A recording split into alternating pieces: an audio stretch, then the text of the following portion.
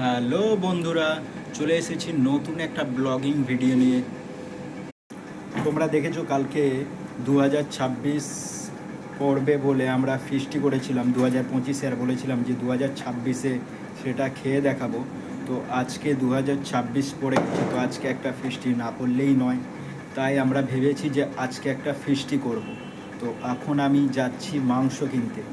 দেখতেই পাচ্ছ আমাকে মাল, এই নেভি ব্লু কালারের মালটা দিয়েছে, এটা এখনও কাটা হয়নি। অনেকটাই মাল পড়ে আছে, ওখানে পানপারাগ মালটা পড়ে আছে, বুবাই অরেঞ্জ মাল কাটছে, আমার হাতে মাল পড়ে আছে। তবু আমি বাজার যাচ্ছি, কারণ ফিস্টি করব, সবাই বলছে ফিস্টি করব, তাই আমি এখন বাজার যাচ্ছি। তো বাই বন্ধুরা, এসে কথা হবে আবার। এখন আমি মাংস দোকানের দিকে যাচ্ছি, সামনেই মাংস দোকান।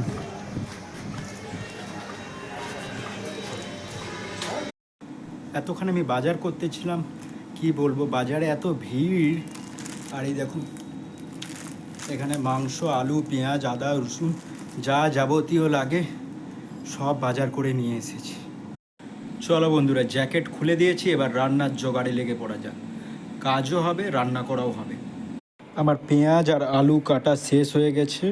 কি বলবো বন্ধুরা, পরপর এটা নিয়ে 4বার ধরে আলু সিদ্ধ করেছি, সিদ্ধই হয়নি। মানে যতবারই ফিস্টি করেছি সব সিদ্ধ হয়েছে, আলুই সিদ্ধ হয়নি।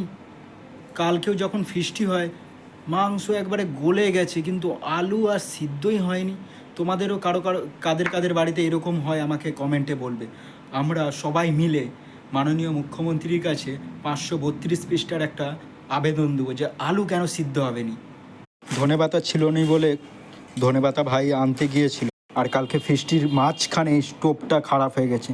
তারপরে গিয়ে এই ইন্ডাকশানে আবার রাঁধা শুরু করেছি। আবার বাপন ক্যাপসিকাম নিয়ে